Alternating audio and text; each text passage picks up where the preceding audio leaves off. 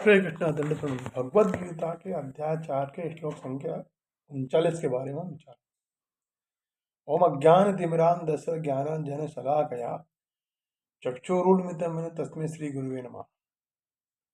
नमो विष्णुपादाय कृष्ण प्रेष्ठाय भूतले श्रीमते भक्ति वेदांत स्वामी नामिने नमस्ते सरस्वती देवे गौरवाणी प्रचारणे निर्विशेषा शून्यवादी पाश्चात्य देशता।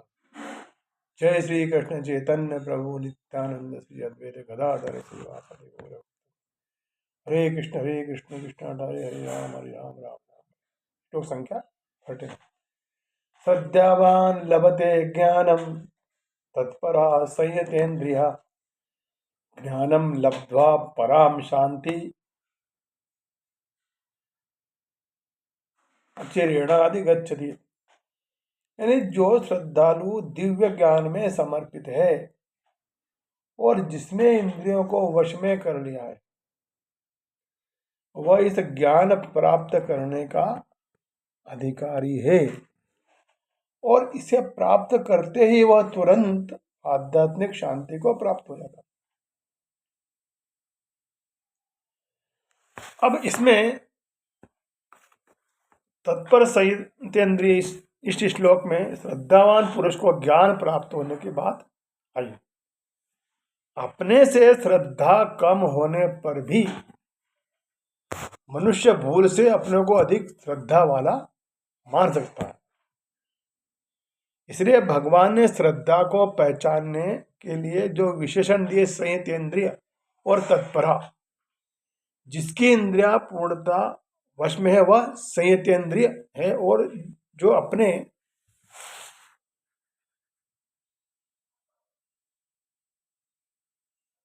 साधन में तत्परता पूर्वक लगा हुआ है वह तत्पर है। साधन में तत्परता की एक कसौटी है इंद्रियों का संयत होना। अगर इंद्रियां संयत नहीं है और विषय भोगों की ओर जाती है तो साधन परायणता में कमी समझना चाहिए। अब इसमें एक शब्द आता है श्रद्धावान लभते ज्ञानम। परमात्मा में, महापुरुषों में, धर्म में और शास्त्रों में प्रत्यक्ष की तरह आदर पूर्वक विश्वास होना श्रद्धा कहलाती है। जब तक परमात्मा तत्व का अनुभव न हो तब तक परमात्मा में प्रत्यक्ष से भी बढ़कर विश्वास होना चाहिए। वास्तव में परमात्मा से देश काल आदि की दूरी नहीं है, केवल मानी हुई दूरी है। दूरी मानने के कारण ही परमात्मा सर्वत्र विद्यमान होते हुए भी अनुभव में नहीं आ रहे हैं। इसलिए परमात्मा अपने में है ऐसा मान लेने का नाम ही श्रद्धा है। कैसा ही व्यक्ति क्यों न हो, अगर वह एकमात्र परमात्मा को प्राप्त करना चाहता है और परमात्मा अपने में है ऐसी श्रद्धा वाला है तो उसे अवश्य परमात्मा तत्व का ज्ञान हो जाता है। संसार हर पल में जा रहा है, एक क्षण भी टिकता नहीं, उसकी स्वतंत्र सत्ता है ही नहीं। केवल परमात्मा की सत्ता से ही वह सत्तावान दिख रहा है। इस तरह संसार की स्वतंत्र सत्ता को न मानकर एक परमात्मा की सत्ता को ही मानना श्रद्धा है। ऐसी श्रद्धा होने पर तत्काल तत्व ज्ञान हो जाता। जब तक इंद्रियां संयत न हो और साधन में तत्परता न हो तब तक श्रद्धा में कमी समझना चाहिए। यदि इंद्रियां विषयों की तरफ जाती है तो साधन में तत्परता नहीं मिलती। साधन में तत्परता न होने से दूसरों की परायणता, दूसरे का आदर होता है।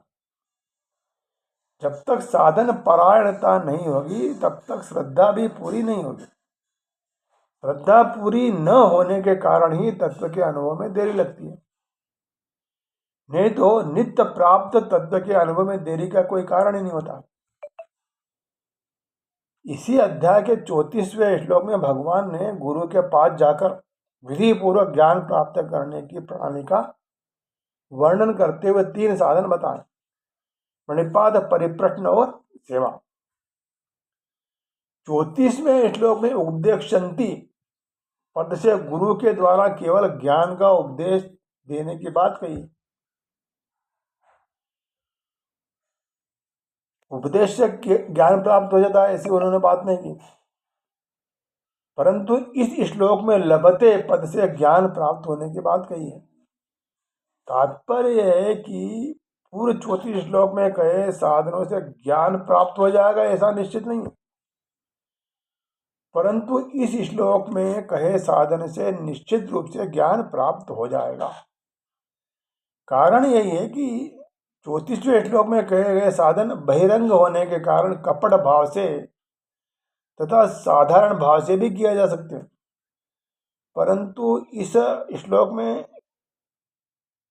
कहा साधन अंतरंग होने से कपट भाव से तथा साधारण भाव से नहीं किया जा सकता। इसलिए ज्ञान प्राप्ति में श्रद्धा महत्वपूर्ण है। ऐसा एक तत्व या बोध है जिसका अनुभव मेरे को हो सकता है और सभी को हो सकता है, अभी भी हो सकता है। यही वास्तव में श्रद्धा है। तत्व भी विद्यमान है, मैं भी विद्यमान हूं और तत्व का अनुभव करना भी चाहता हूं, फिर देरी किस बात की। सुख लेने के लिए हम संसार में अपनापन कर लेते हैं जो किसी भी काल में अपना नहीं है। अपनी वस्तु वही है जो हमसे कभी अलग नहीं होती और जिससे हम कभी अलग नहीं होते। यदि संसार अपना होता तो प्रत्येक परिस्थिति हमारे साथ होती, परंतु न तो परिस्थिति हमारे साथ है और न हम परिस्थिति के साथ रहते हैं, इसलिए वह अपनी है ही नहीं। जिन अंतःकरण और इंद्रियों से हम संसार को देखते हैं उन्हें भी हम भूल से अपना मान लेते हैं, परंतु इन पर भी कोई अधिकार हमारा नहीं है। अंतःकरण और इंद्रियों सहित संपूर्ण संसार प्रलय की ओर जा रहा, उसकी स्थिति है ही नहीं। संसार की प्रतीति मात्र होती है, इसलिए उसकी प्राप्ति होना असंभव है, उसकी प्राप्ति नहीं हो सकती। संसार अपने स्वरूप तक पहुंच ही नहीं सकता, पर स्वरूप हर जगह सत्ता रूप से विद्यमान रहता है। संसार का स्वतंत्र अस्तित्व नहीं है, पर अपना अस्तित्व निरंतर रहता है। स्वरूप का अर्थात अपने होने का प्रत्यक्ष अनुभव होता है। स्वरूप अपरिवर्तनशील है, यदि वह परिवर्तनशील होता तो संसार के परिवर्तन को कौन देखता। हम जैसे संसार के नित्य परिवर्तन और अभाव का अनुभव होता है, ऐसे अपने परिवर्तन और अभाव का अनुभव कभी नहीं होता। ऐसा होने पर भी परिवर्तनशील शरीर के साथ अपने को मिलाकर उसके परिवर्तन की भूल से अपना परिवर्तन मान लेते हैं। शरीर के साथ संबंध मानकर शरीर की अवस्था को ही अपनी अवस्था मान लेते हैं। विचार करें, यदि शरीर की अवस्था के साथ हम एक होते तो अवस्था के चले जाने के बाद हम भी चले गए होते। इससे सिद्ध होता है कि जाने वाली अवस्था दूसरी है और हम दूसरे हैं। इस प्रकार के अपने नित्य सिद्ध स्वरूप का अनुभव होना ही ज्ञान कहलाता है। श्री कृष्ण ने में दृढ़ विश्वास रखने वाला व्यक्ति ही इस तरह का कृष्ण भावना भावित ज्ञान प्राप्त कर सकता है। इसलिए वही पुरुष श्रद्धावान कहलाता है जो यह सोचता है कि कृष्ण भावना भावित होकर कर्म करने पर वह परम सिद्धि प्राप्त कर सकता है।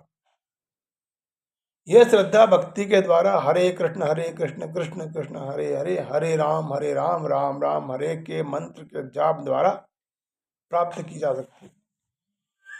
क्योंकि हरे कृष्ण मंत्र का जाप करने से हृदय की सारी मलिनता धुल जाती है, समाप्त हो जाती है। इसके अतिरिक्त मनुष्य को चाहिए कि अपनी इंद्रियों पर संयम रखे।